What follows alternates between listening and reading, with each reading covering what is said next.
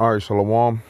First off, we want to give all praises, honor, and glory to Yahweh, Ba'ashem Yahushua, Ba'ashem Rakakwadash. Want to give double honors to the apostles and the elders of Great Millstone, and a sincere Shalom to all the Akim out here that's doing again, pushing this work in truth and in sincerity. Want to go on this video that we may soon be speaking in front of thousands of people in person, okay?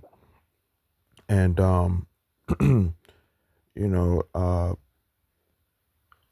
part of the reason why I was inspired to do this video. Okay, um, while I was on the plantation today, we had a safety meeting. Okay, and we were gathered um, in front of inside of this room. Okay, and there was a lot of people there. Okay, and the company was delivering a message. Okay, and as they were delivering the message, one person was speaking English. They hand the mic over to the person, and then they'll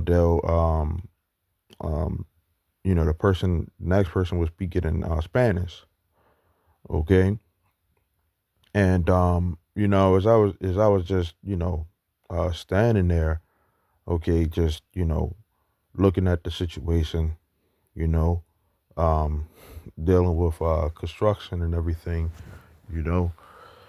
I try to take everything that, is, um, is spiritual, okay? So what we are doing, in this faith, is like construction, okay? And we're putting together the house of Yahweh Bashem Yahushua, okay? And you know, eventually the impact that this gospel that we preach is is going to bring forth tons of fruit, okay? And you'll be amazed at how many people may end up standing, okay, to hear this word that we are speaking about for Yahweh Bashem Yahushua. Okay, we got people who may tune in online, okay? They may view our videos online and stuff like that, but you know, and for whatever, however it may happen, okay, whatever may go down, um, there's going to be something, where you out at camp, and there might be a lot of people out there ready to listen and hear the word. Okay, Matthew 24 and 13, it says, "But he that shall endure unto the end, the same shall be saved."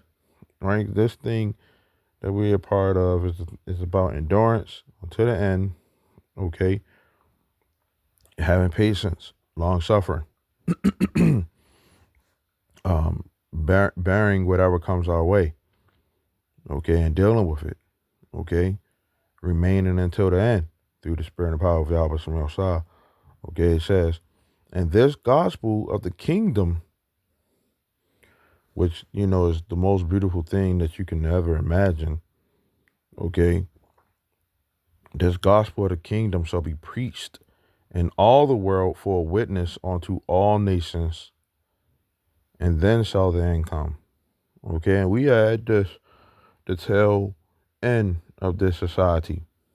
Okay, and more people are going to be added onto the faith. Okay, uh, tremendously. It'll be wrapped up real quick. Okay, um, but with that said, I'm gonna go into the book of Acts 2:1. It says, "And when the day of Pentecost was fully come, there were all with one accord. They were all with one accord in one place. And suddenly came a sound from heaven as of a rushing mighty wind, and it filled all the house where they were sitting. And there appeared unto them cloven tongues like as of fire, and it sat upon each of them.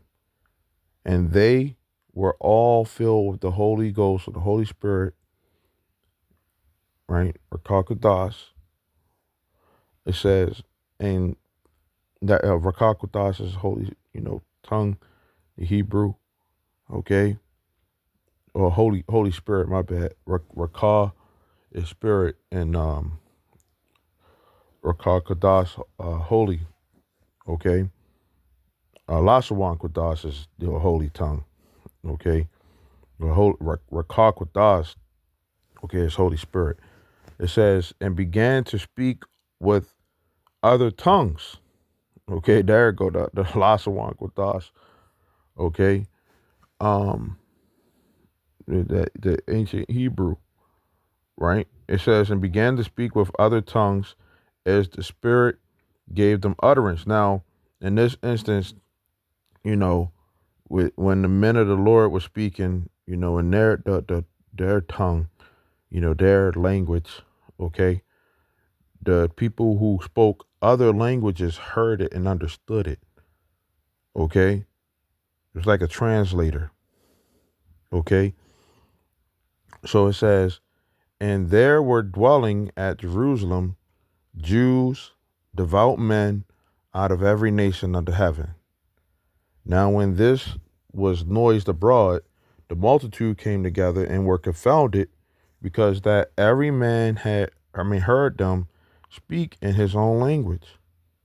Okay, so when they were speaking, okay, they were speaking in the Hebrew. They were able to understand it in whatever language that they um, spoke and understood. It says, and they were all amazed and marveled, saying one to another, behold, are not all these which speak Galileans? And how hear we every man in our own tongue wherein we were born? Parthians and Medes and Elamites and the dwellers of Mesopotamia and in Judea and Cappadocia and Pontus and Asia, Phrygia,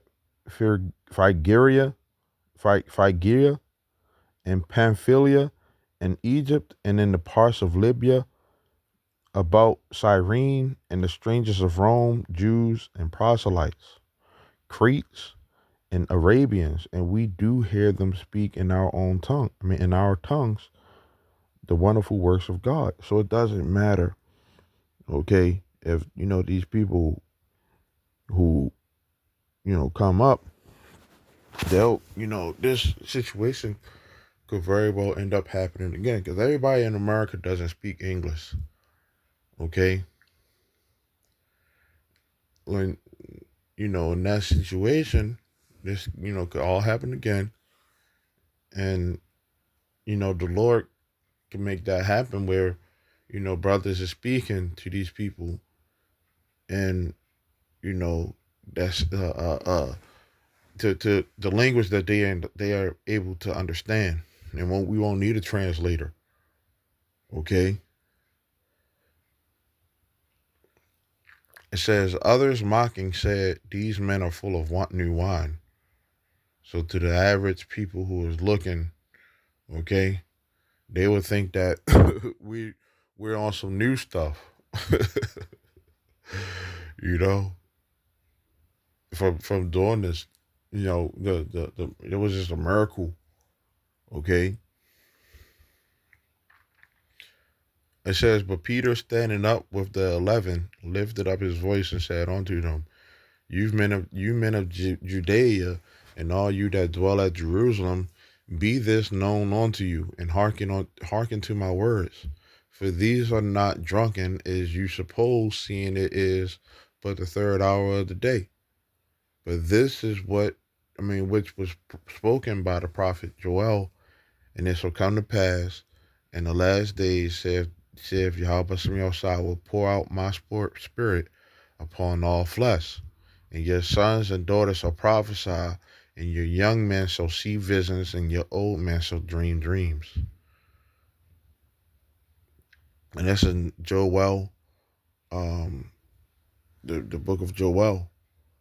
Okay. Now, I'm gonna jump down onto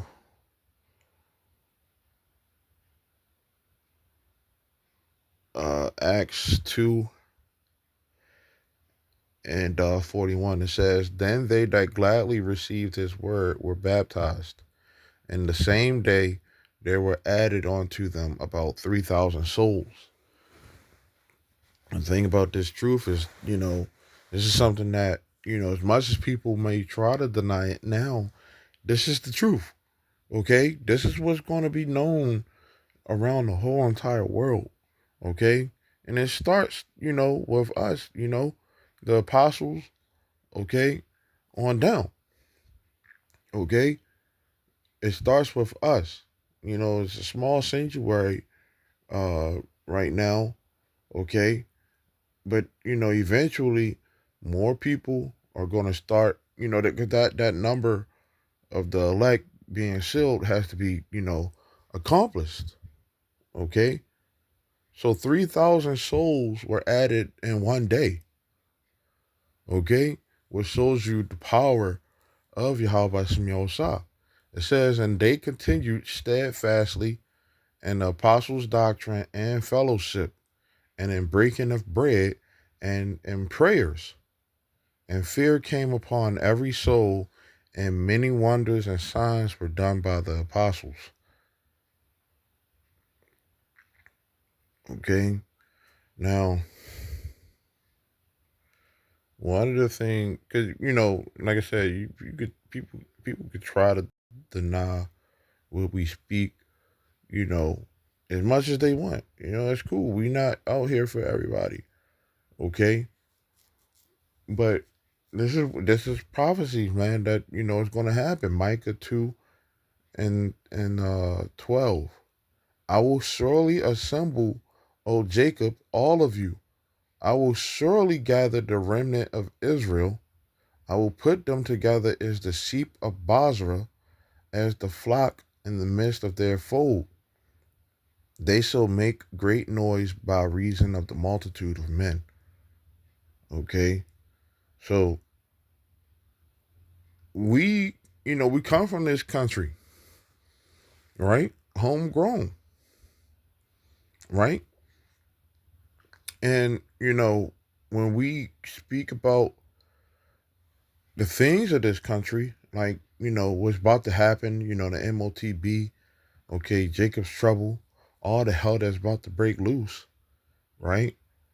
We we are, you know, I don't want to say the wrong word, okay, but we're looked at as, domestic the T word, okay, ism, you know, if you get what I'm saying, you know, what we're going to be looked at as the worst of everybody because we speaking against a lot of the things, because the Bible don't speak too well of America at all.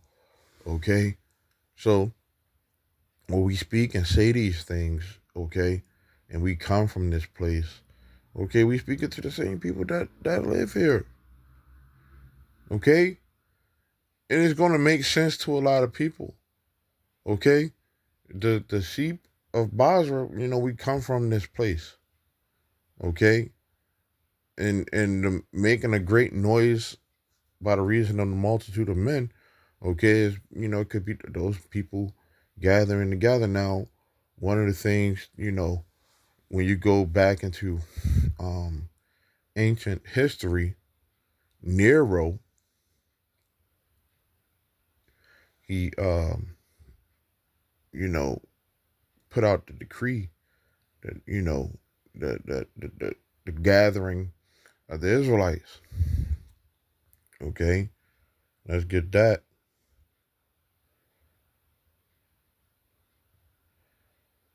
because it was, hold on, why did Let's see. Why did Nero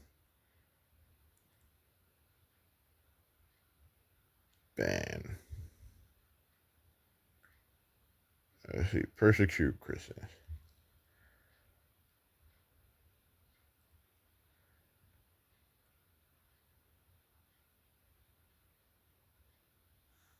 Yeah. Here we go.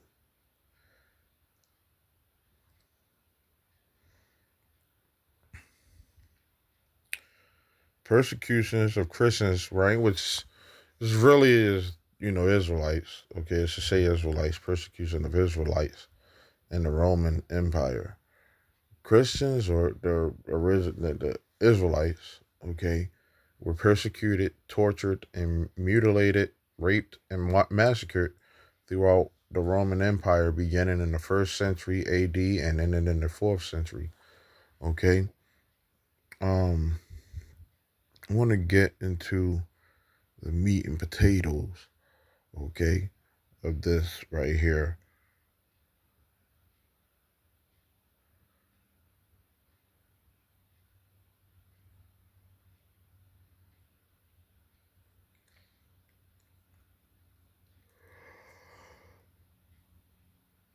Of why they were banned.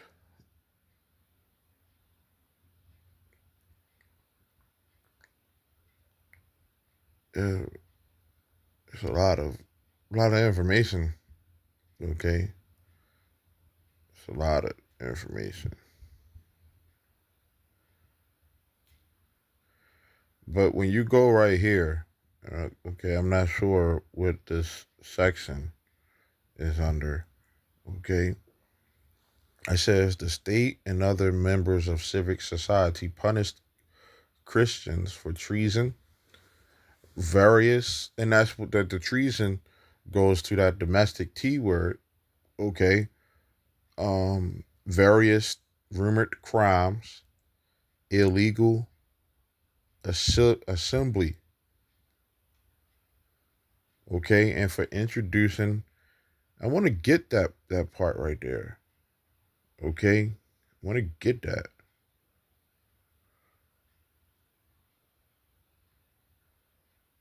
It says an introducing an alien cult.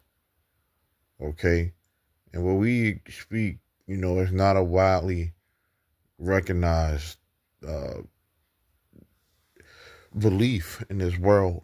Okay, the prophets, is the prophets of doom. Okay,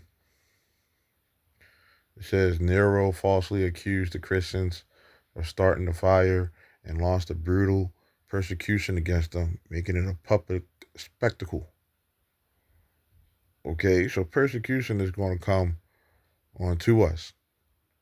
Okay, you might have agents and all type of stuff. Okay, doing a lot of these things. Okay, but nevertheless, you'll have a lot of people that are going to be added onto this faith. Okay, that we speak of. Okay, and we may be at the forefront. Okay, as we speak. Those men that are teaching, and they see the miracles, man, because more and more miracles are going to start happening. Okay, so I just wanted to get this video. Okay, Lord willing, this is edifying. I want to say shalom till next time.